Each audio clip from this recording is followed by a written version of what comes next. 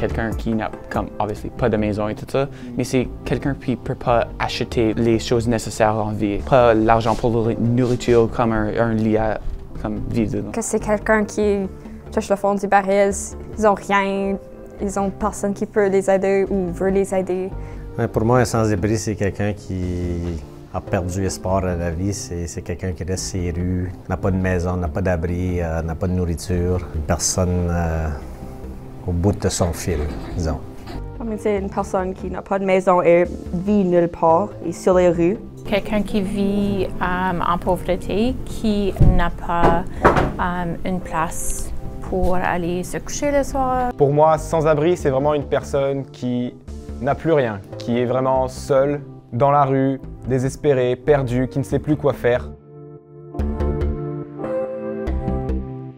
Un choix qu'il a fait comme des drogues ou quelque chose. Je penserais que ce serait des troubles familiaux, monétaires, ou ils ont fait une décision qui n'a pas allé de leur côté, ils ont fait la même chose. Comme ils sortent de la prison ou ils font des drogues ou ils blow tout leur argent sur quelque chose. Il y a des exceptions, mais je pense que c'est une personne qui a eu des problèmes, peut-être été abusée physiquement, peut-être été abusée mentalement. Puis souvent, ces gens-là, pour oublier ces choses-là, vont tourner à la drogue ou l'alcool. Ça peut être à cause de troubles de santé mentale, perte de job, difficultés dans la famille. Définitivement comme les températures, même au Canada, ça c'est très froid, c'est comme des conditions vraiment graves. Rester comme au plus froid quand c'est trop chaud, manger chaque jour, avoir de l'eau à boire. Faire de l'argent, comme recommencer de zéro. Ils se font juger par tout le monde.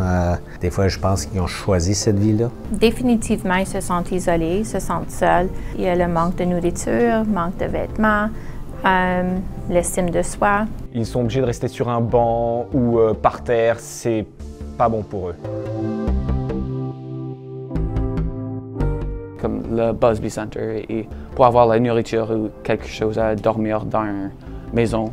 Mais Goodwill, je pense que c'était une chose, comme c'était des choses cheap qu'ils pouvaient acheter, comme des vêtements. Salvation Army, peut-être.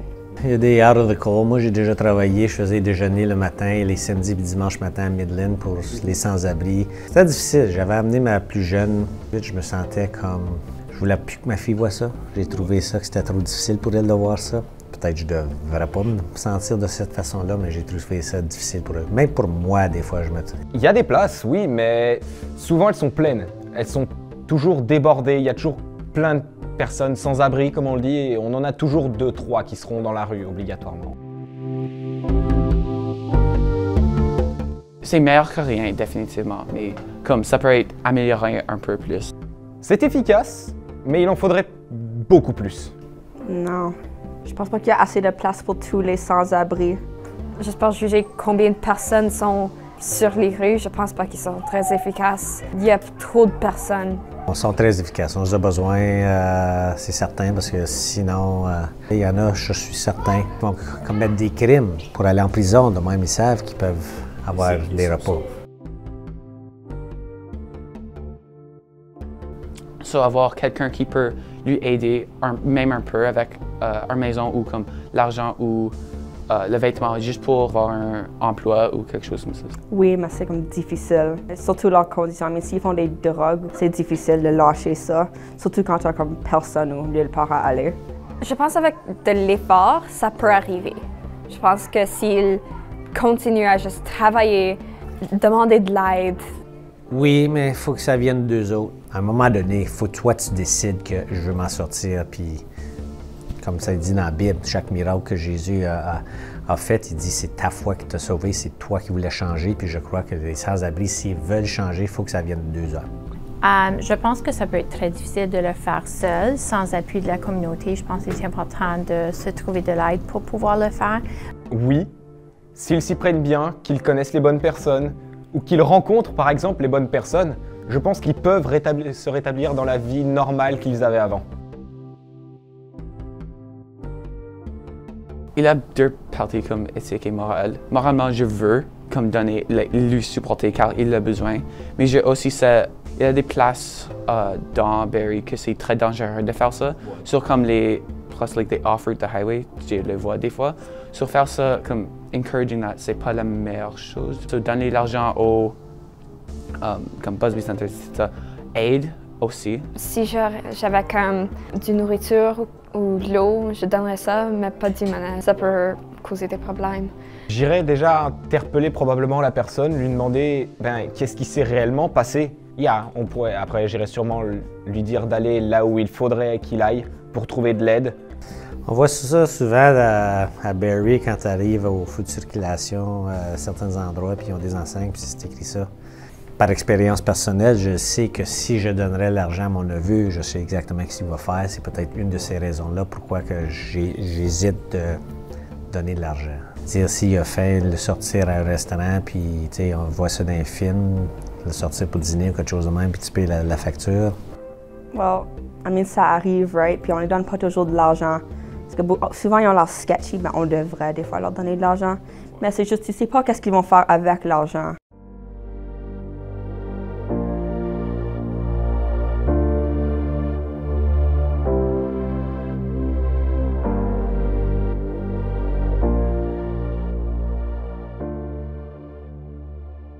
So my title is the Shelter Outreach Worker, but my main focus is working with guests to find housing.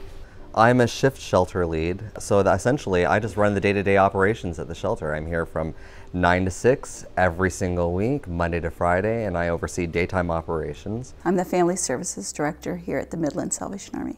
I oversee the daily operations of our food bank, as well as deal with people that come in with other issues if they're displaced by flood or fire, or food insecurity is a big part of what I do. What I do here is I run a street-level outreach program in the community of North Simcoe, and basically we go out and reach and meet people that are living out on the streets, homeless or at risk of homelessness. We try to build relationships with them and help them navigate through our social system and help them develop their plans to get to where they want to go from where they are currently at now. It changes daily.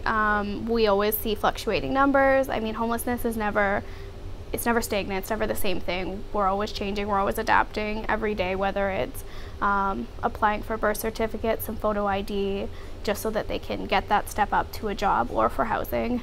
It's applying for housing, making those calls, meeting with property management, landlords, making sure that people are meeting those marks and meeting those steps that they need to, holding people accountable. Mostly what I do is I interact with our guests. I try to find out their stories, try to find out what brought them to us. I'm often an outlet for their trauma, the reasons that led to them being homeless. I try to discern what progress they're making with their housing strategies, if any, and I try to convey that in a communicable way to my coworkers and to my senior management so that they understand and everybody has a really full picture of what we do. We can process anywhere between 25 and 35 people on a regular food bank day. We see to their food needs, provide them with enough food for 3 to 5 days. We're an emergency food bank, so they still have to shop, but we help them over the hump and however that falls in their month, whether it's a few days before they get their check or in between paychecks, whatever. The majority of my time is spent outdoors, like I said. I would say probably 90–95% of the time is outside. We're just out meeting people, developing relationships, interacting, and trying to plug people into the system and help them navigate the system. And some of the rest of our time is doing education, working with local politicians and services to develop more efficient programs to serve our clientele. I think it's hard to paint one photo of what that looks like, just because everybody we meet's different. Whether it's a relationship that broke down and they've never been homeless before and they don't know what to do, they come to us. Whether it's a transient lifestyle of coming here to Barrie, to Aurelia, and maxing out their days. It could be ingrained in their lifestyle from a young age. It could just be what they're used to. We see all walks of life. Well, I think the homelessness situation in this community is one that's reflected nationwide. I don't think that we have anything in our community that makes us any special or different than any other homeless problem that's going on in, say, Vancouver or Edmonton, for that matter. I think it's has a lot to do with economics nationally, and I think those economics are sort of reaching a tipping point, and that can be seen in a symptom like homelessness. We have a rather large homeless community, I believe, especially in the summertime.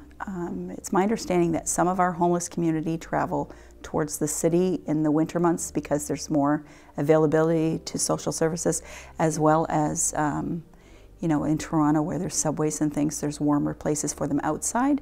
But in the summertime, our homeless population goes up because there's a lot of access to areas they can camp in this area. With the sheltering system being open to the whole general area, we have people that come and go from different communities of all genders, walks of life, and age groups. Just for example, people that I've worked with over the years, I would say youngest client probably 10 years old, and the oldest currently 81-year-old veteran, ex-military. I think what people think that they are is that old stigma of them not working, doing drugs, not wanting to find housing, not wanting to be integrated into society or connected to society. But it's not. They're people. They're people just like each one of us, and I feel like that is the core of what I try and remind people is just because you walk down the street, you can't go, oh, that person's homeless just because maybe the clothes they're wearing isn't what you would wear, because people choose to wear what they want, they choose to present themselves the way they want. Somebody here might not look homeless, but they are. So I feel like especially with our society and coming on to 2020, we are opening our view of people and exceptions, and it's not just one thing anymore. It's everybody, it's any walk of life, there's no one look anymore, and it's all people who are trying really hard, and they are just people struggling. Well, you're looking at somebody who's homeless. So working here at the shelter is me working on my housing strategy. My family has always struggled with homelessness since I was very young, so it's always been part of my upbringing. And recently, my homelessness situation came about with the loss of a loved one. And I made a very big financial sacrifice in order to ensure dignity. And that financial sacrifice came with losing where I lived. So now I'm here doing what I do, working with the homeless to try and alleviate my own homelessness situation. For the most part, when you look at somebody who's homeless, they're almost not discernible from anybody who is housed. Homelessness can happen to anybody. There is no face to homelessness. It's you, it's me, it's one paycheck away, it's everybody. I think the misconception now is that a lot of people think that people that are homeless, it's because of choices that they've made, whether that be substance abuse or whatever has put them in that situation. The reality is that that could happen to any of us, that in this economy we can get behind in our finances so quickly, and it's so hard to catch up, that we're all really just a couple months away from being, if something happened to our income, within a couple months we could be exactly where those people are. And I think that that is something that people don't realize or choose not to realize because it's scary. I think you're starting to see change just with social media and people wanting to do more things and being more connected. Our traditional view is that person on the street corner, panhandling, begging for food, money, maybe dealing with, alcoholism, behaving inappropriately within society. Would have been our outlook on that population, but I know now myself with my interaction with them, I see them as myself. It's a real eye-opener. Once we get to know them, build relationship, we realize these are our brothers, our sisters, our aunts, uncles. We're all here living together, and we're all within, like I would say, and I know it's probably cliche, and you've probably heard before, that we're all like two paychecks away from being on the street. But once we start to learn who these people are and get to know their stories, they're just like us. They've run into some troubles and they've been sidetracked, a loss of a job, an injury preventing them from working, relationship breakdowns, stuff like that. They're everyday people like us struggling, and what we strive to do is just to try to walk alongside of them in our journey. No, I don't believe they do. Again, this is because I think a lot of people, you know, they go about to and fro living their daily lives, secure in their understanding that, you know, they have a good job, or they may have a good job, they may have great family and friends and great supports and networks around them. But these are all things that are, you know, come with an inherent fragility that just could fall apart within a moment's notice. You know, these are all things that are not, they're finite, and they can fall apart before you know it. So these are not things that are live in permanence. And because of that, because of their inherent nature and transitory nature, anybody can experience homelessness. I don't think so. I think that the homeless people are kind of looked down upon. I think the general population tries to avoid them. They try not to make eye contact, and I think for the most part, the people that are living on the street or camping or however you want to put it, just want to be recognized that they're real. And, you know, just a smile as you walk by them on the street is sometimes that's all it takes to make them feel valued. What we paint as a stereotypical picture, you know, homeless person has mental health. Because of that, they're violent people and we're afraid to be around them, or, you know, they're not well kept, and we just don't know how to handle them. So the society, I think, is still split, but we're starting to see more and more as people communicate it and get involved and try to do things to better their communities. They're starting to change that perception because they're coming into contact with them and learning that we're all the same. We're all people.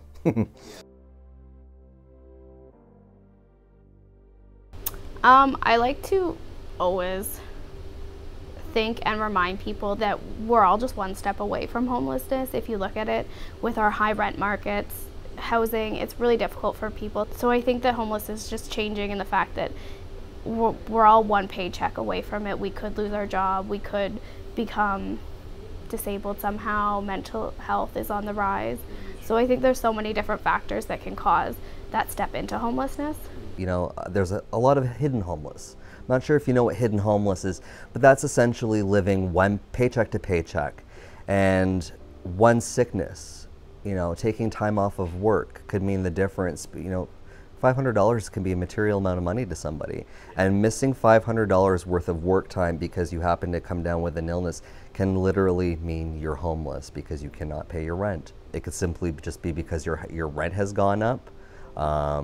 Often, a lot of times, you have to make a choice between, you know, eating or paying your bills. So sometimes it's just not having enough financial resources that will often be a determining factor in whether or not someone becomes homeless.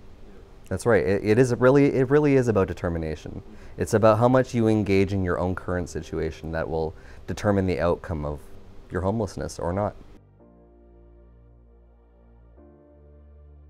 I think that a common misconception is that there's lots of housing and it's there if people would pull up their bootstraps, so to say, and go out and look for it, or same with a job too. There's a lot of little things that get stuck in the way. So somebody could be doing all the steps that they need to be, then one little thing jars that. So they don't have a birth certificate, they have to apply for that. That costs money, that costs time. So now you have to wait a couple weeks. I think that one of the greatest misconceptions about people who are homeless is that that they're lazy, that they're not engaged in their own lives, and I don't think anything could be further from the truth. I won't say that in every circumstance that people, so there are some people who do choose to be homeless, and I call those people more nomadic than anything else. But nobody chooses this, and it's by the very nature of what it is, it's not easy. It's not an easy thing to be homeless. It's traumatic and it's painful, and it's something that you carry with you for your entire life. And so nobody would choose this. And so I think that the misconception of, you know, homeless people being lazy and not engaged in their own lives is probably the greatest misconception, because they really are. Nobody chooses this. So on every level, they really are choosing to do everything they can to empower themselves and change their current circumstances. I think mostly it's probably because of substance abuse that people think that that's where and why people end up homeless, and it's not always the case. I mean, there's people out there, I'm sure, that are homeless because of substance abuse, but it's not for everyone. It's not fair to paint everybody with the same paintbrush, because anything can happen to anybody at any time.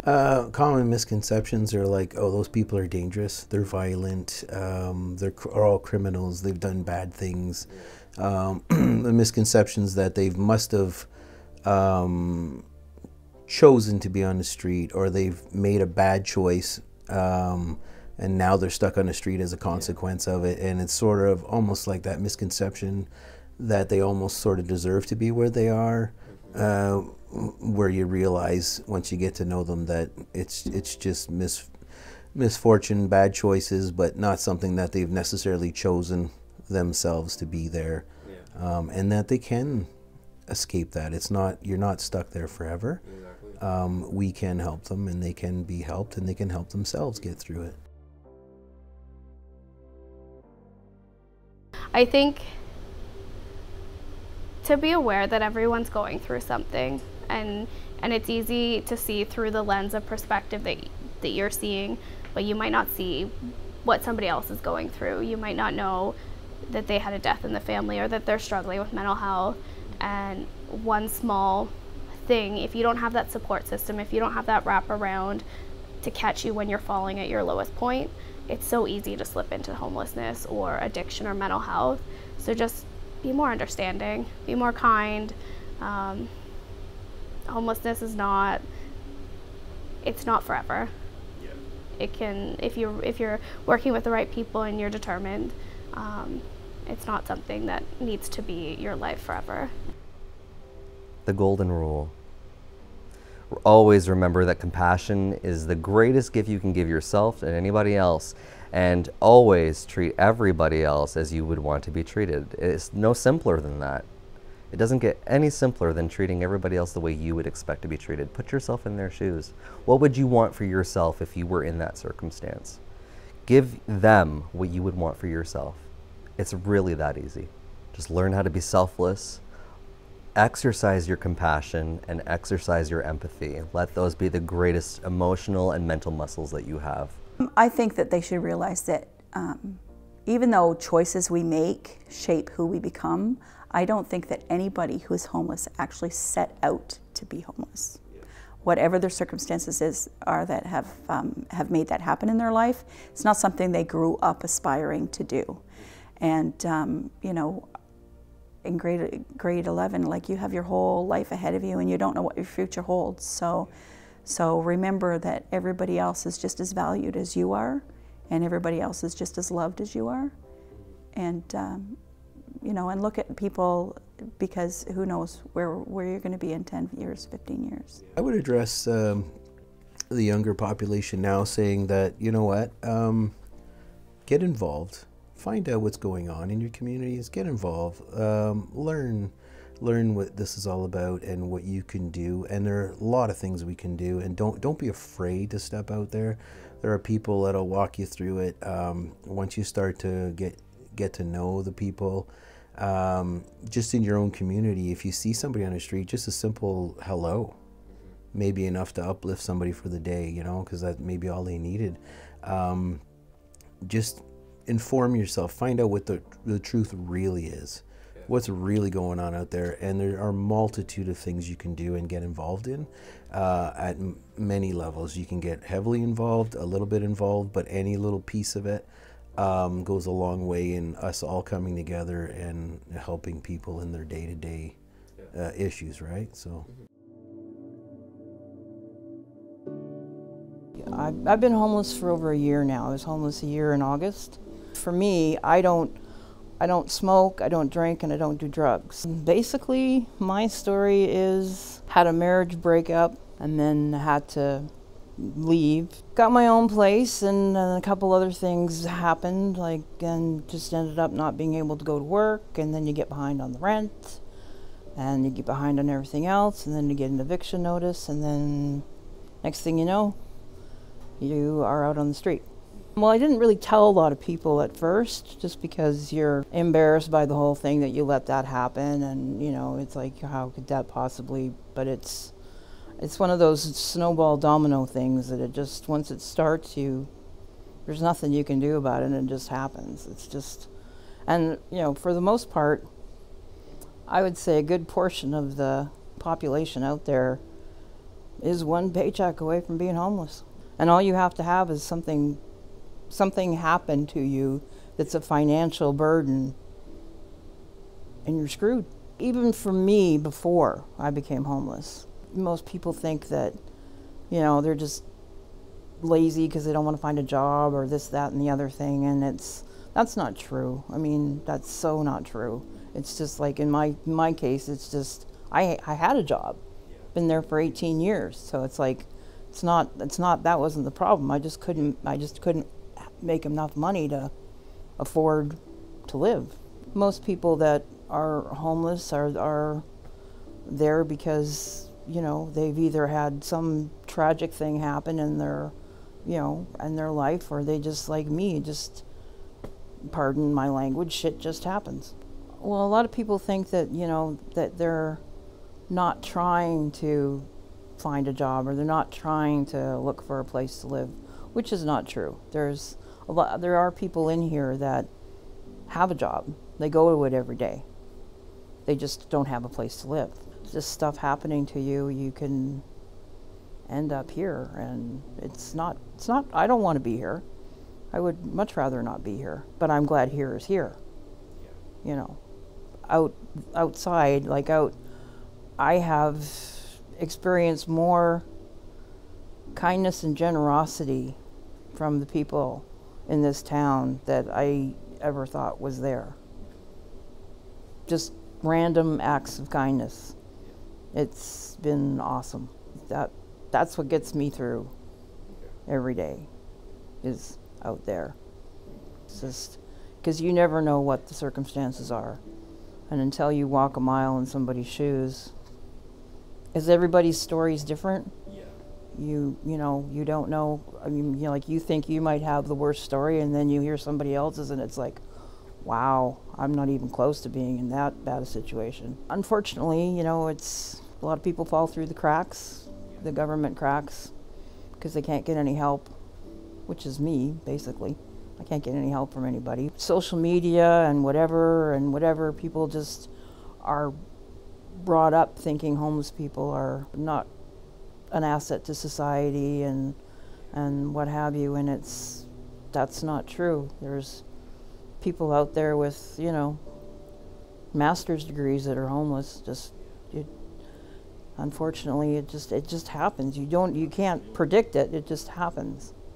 And I wouldn't, you know, I will admit that it's been the scariest, most frightening, enlightening, eye-opening, educational, amazing year of my life. I've learned a lot. I think I'm a better person now, as far as, you know, and as soon as I am able to, I'm definitely paying it forward. Get the way people treat you too, like out, you know, when you're outside, you're just kind of like, well, I'm not really that bad a person. It's just, yeah. It's not fun, that's for sure. It's not a good time at all. And yeah, if anybody thinks it's a great time, it's not so much a great time. Well, like I said before, don't ever judge somebody just by how they look or how they act, because you don't know their story. And until you know what has made them like that, or what put them in that situation, it's not fair to, you know, it's like anything, any sort of racism or bigotry or whatever. Don't judge people by their covers, because it could happen to anybody. And you might think, you know, you have a great job and this, that, and the other thing, and but you get, next thing you know, you get an eviction notice, and there you go. Pay your bills. For sure. That is one of the key goals. Pay your bills. Make sure you pay your bills before anything else, and get groceries. There we go. Pay your bills and get groceries. Do things that are very important. And then do whatever it is you want to do to, you know, have fun. Yeah, pretty much that's it. Yeah, have good financial things, because Good base, and then do the things. because like my thing is I had my car totaled, Yeah. so I couldn't get to work because I couldn't afford another car. So make sure you put money away for that rainy day fund, because you never know when you might need it, and it could keep you from being out there in the cold, so to speak.